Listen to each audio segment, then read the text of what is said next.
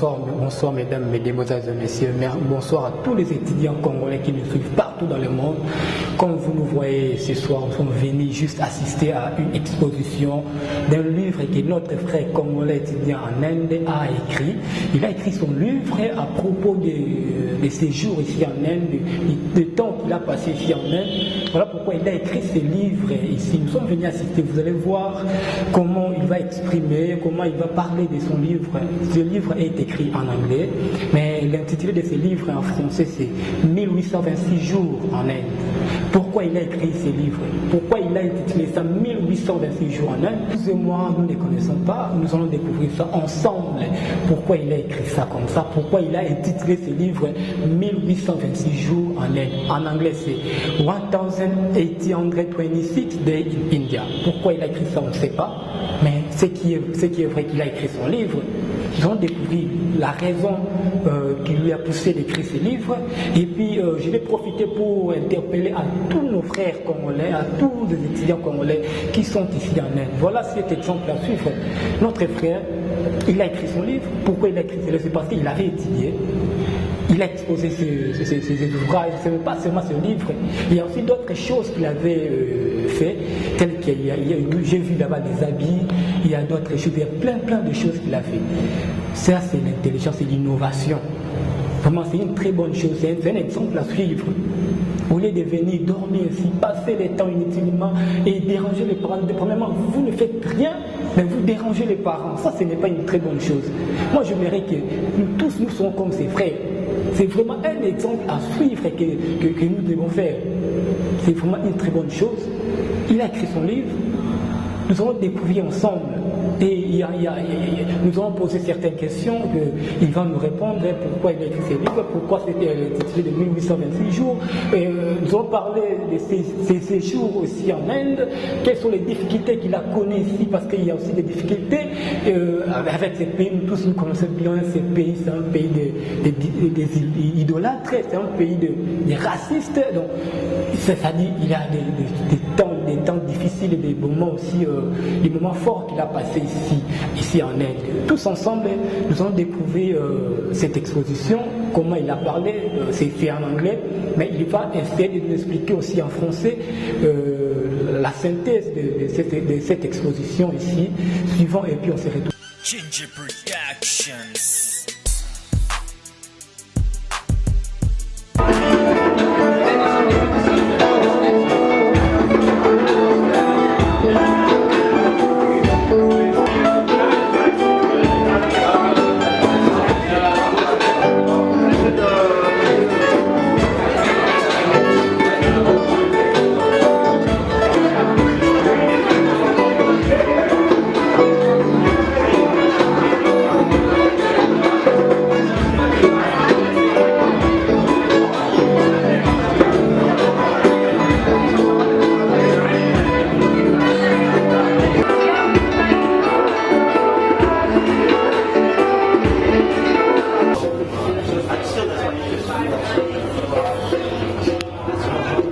Like how they describe all this, like it's a part of the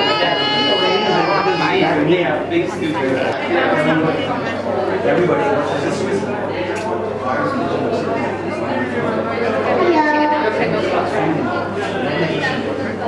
Bien, merci. Vous venez de suivre l'exposition, comment ça a été.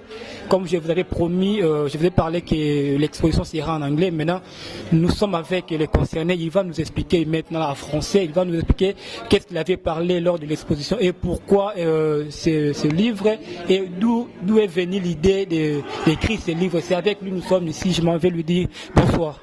Bonsoir. Et comment vous appelez? Je m'appelle Guy Mbaya Lenduka Guy Davis. Alors, mon frère Mbaya, qu'est-ce que vous faites ici en Inde? Bon, je viens juste de finir mes études en architecture. J'ai fait 5 ans d'architecture. Okay. Maintenant, vous venez d'écrire un livre que vous avez intitulé 1826 Days in Delhi. 1826 jours en Inde. Pourquoi l'intitulé de ce livre? c'est 1826? Bon, en effet, j'ai intitulé ça du premier jour où je suis arrivé en Inde jusqu'à ce que mes 5 ans sont accomplis, c'est-à-dire de 7 juin 2009 au 7 juin 2014.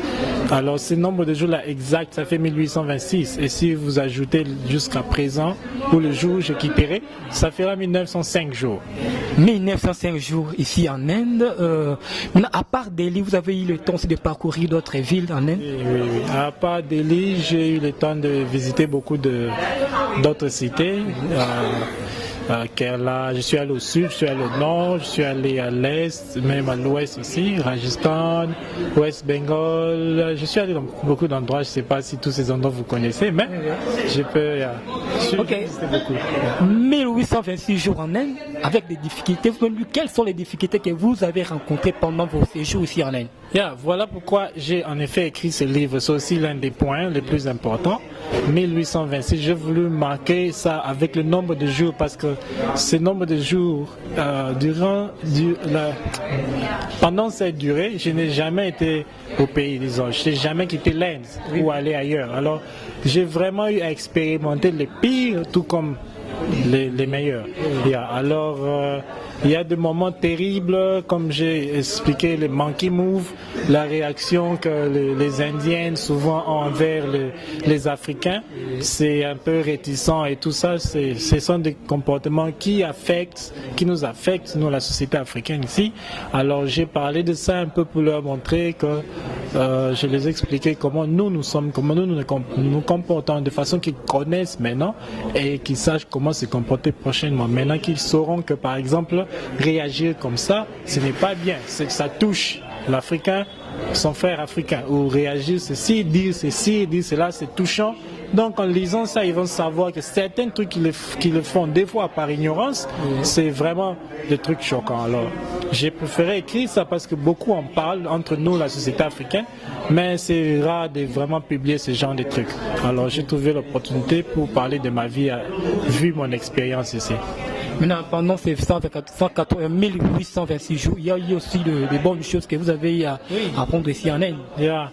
L'une des meilleures de mes choses, ce sont mes études d'architecture que j'ai beaucoup aimé de tout mon cœur et c'est ça qui m'a vraiment motivé à traverser tout le moment, surtout difficile, dans des bonnes intentions. Parce que je voulais vraiment faire l'architecture. Alors je prenais tout comme opportunité, au lieu de prendre ça, au lieu de laisser cela m'affecter. Alors je prenais ça comme opportunité, je change ça. Et j'utilise ça pour mon propre intérêt. Alors, d'où est venue l'idée d'écrire ce livre? Parce qu'il y a eu beaucoup d'étudiants aussi qui ont fait plus de 5 ans, voire même, et qui ont étudié aussi normalement comme vous. Maintenant, ils n'ont pas eu cette idée d'écrire le livre. Maintenant, d'où est venue cette idée d'écrire ce livre? C'est aussi l'attachement que vous avez envers l'endroit, l'attachement que vous avez eu. Les étudiants qui ont fait passer beaucoup de moments ici, plus que moi, la majorité ont eu à aller peut-être en vacances au pays et autres. Moi, je ne suis pas déplacé pendant tous ces 5 ans, pendant ces 1826 jours. Alors, j'ai profité de ce moment pour vraiment partager, parce que je me suis rendu compte que je commençais à être attaché à l'endroit. Alors maintenant que je devais partir, ça fait un peu souci parce que je suis vraiment attaché à l'endroit et j'ai adopté des trucs de façon vraiment positive. C'est ça qui m'a aidé à évoluer. Alors je pense que ce serait mieux de construire sur les autres, de leur montrer ce que j'ai fait et c'est à eux de juger, à savoir si c'était une bonne voie, si c'était pas une bonne voie, mais ce sont des conseils que je donne avec expérience. Voilà pourquoi je me suis dit je dois écrire ce livre vraiment pour orienter toutes les deux sociétés, africaines ou indiennes. Tu peux nous dire quelles sont tes relations avec les Indiens? Vous avez fait 1826 jours ici en Inde. Maintenant, quelles sont les relations que vous entretenez avec les Indiens qui sont tantôt racistes, idolâtres? Il y a beaucoup de mauvaises choses ici en Inde. Maintenant, quelles sont les relations que vous entretenez avec les Indiens? Bon,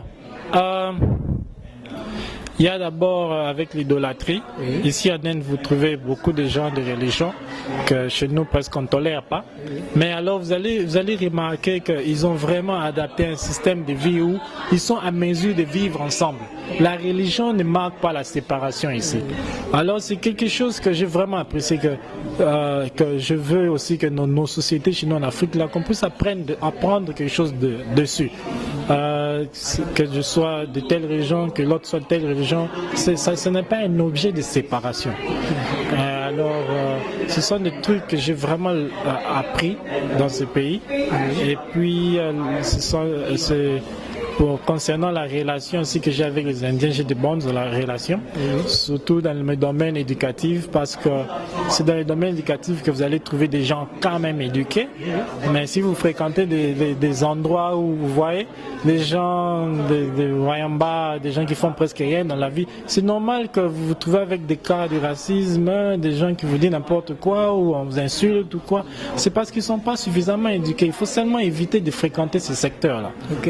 Maintenant, je peux vous demander une chose, parce que vous avez écrit ces livres en anglais, pendant que tu es natif de Congolais, ton pays parle le français. Ces livres pouvaient aussi aider tes frères congolais qui sont au Congo, bien sûr, qui ne connaissent pas l'anglais. Mais est-ce que vous ne pouvez pas faire quelque chose de pareil, mais en français maintenant? Oui, en tout cas, c'est une bonne idée que j'avais déjà commencé à y penser. Alors, dès que je retourne au pays, j'irai bien sûr à l'ambassade, mais je vais faire une version en française et puis je vais publier sur ce pays en français. Okay. Maintenant, je vais vous demander une chose. Ces livres, vous avez dépensé de l'argent pour écrire ces livres, pour imprimer et avoir des imprimés comme ça. Maintenant, qu'est-ce que vous pensez par rapport à ça? C'est commercialisé ou c'est comment? Bon. Vous savez, il y a des fois on dit qu'il faut savoir faire des sacrifices pour évoluer de façon quand même régularisée. Alors ça, c'est la première impression. J'ai imprimé 100 livres et il y a au moins 30 livres qui seront donnés gratuitement et peut-être 70 ou 60 livres qui seront vendus. Et je les vends à 350 roupies et ça c'est pratiquement les prix dans lesquels j'ai imprimé. Alors je vois comment ça évolue pour la première fois avec cette impression. Si les gens font vraiment des demandes, seulement je peux augmenter des prix pour que je gagne aussi de façon raisonnable. Sinon, pour cette première fois en tout cas, j'accepte que ça part, que les gens connaissent et que j'ai des commentaires et je sache à quel niveau ces livres et quel standard est ces livres, si vraiment c'est utile. Et seulement les prochaines éditions que je vais imprimer, je peux revoir le prix un peu par rapport à ça. Ok, c'est un message que je lance à tous les étudiants congolais qui sont ici. Tu es étudiant, tu vois, cet exemple, comme je disais au début de mon émission, c'est un exemple à suivre. Notre frère vend ses livres à 350 roupies. Tu as besoin de ça, mon frère, ma soeur, étudiant et étudiante. Tu as besoin d'apprendre cette expérience qu'il a mise à portée de tout le monde. Tu peux venir acheter ces livres à 350 roupies. Ça va t'aider à apprendre encore beaucoup plus sur l'Inde. Est-ce que tu peux nous dire le site qu'on vend ces livres? J'ai mis le contact derrière les livres, mais je peux toujours dire, la maison dans laquelle nous sommes présentement, ça s'appelle Infusion Studio, c'est à Sant-Nagar, 18 bar 19, deuxième niveau. C'est à côté de Agrawal Suite, à Sant-Nagar. Vous pouvez trouver ça, c'est toujours disponible là. Ou carrément, vous pouvez appeler les deux numéros qui sont là. Je peux toujours passer ça. Il y a le 0091 84 47 27 72 28 0091 96 54 68 69 46. Okay. Ça vous aurez à partir de l'Inde. Si vous voulez me contacter à partir de Kin, vous n'avez qu'à appeler le 00243 89 89 67 866. Ok, merci. Nous sommes vraiment à la fin de notre entretien. Tu veux lancer un message à tous tes frères congolais qui sont ici en Inde, et il y a d'autres qui n'étudient pas, il y a d'autres qui étudient. Maintenant, un message pour eux tous, pour qu'ils puissent un peu revenir dans leur idée originale. Bon, vous savez aussi, ça c'était un point. Il y a de ces étudiants qui sont ici, qui sont venus pour étudier, mais ils finissent par ne pas étudier. Il faut d'abord savoir leurs objectifs principaux. Il y a certains des étudiants qui sont venus parce que le seul moyen de se déplacer, venir ici, c'était sous prétexte études, mais ils ne sont pas sortis du pays pour les études. Alors ça, ce sont des sujets aussi qu'il faut savoir. Des fois, je dis, il ne faut pas toujours juger quelqu'un, tu vois, il est au Wayambar ici, là-bas. C'est peut-être ça qu'il a voulu faire quand il a quitté le pays. Et il y a d'autres vraiment qui se sont désorientés, qui ont besoin de conseils. Alors moi, je conseillerais ceux-là, premièrement, de pouvoir essayer de comprendre la société dans laquelle tu es, la nouvelle société. Ça va t'aider à évoluer. C'est bien d'être avec les autres Congolais, mais c'est beaucoup avantageux de passer des moments avec les personnes de cette société. Ça va vous aider à comprendre les choses, ça va vous aider à réaliser votre présence ici. Alors, je dirais un peu ça. Okay. Bon, merci pour nous avoir permis à passer ces moments ici. Merci beaucoup. Nous étions avec notre frère Gimbaya, c'est lui qui a écrit ce livre qui est intitulé 1826 Days in India. C'est lui qui a écrit cela. C'est vraiment un exemple à suivre, comme je disais au début de cette émission. Mes frères, mes sœurs, veuillez soutenir cette œuvre. C'est vraiment un exemple à suivre, comme je l'ai dit. Un exemple à suivre. Nous devons tous suivre cela. C'est une très bonne chose. Je le dis et je vous remercie. Bye.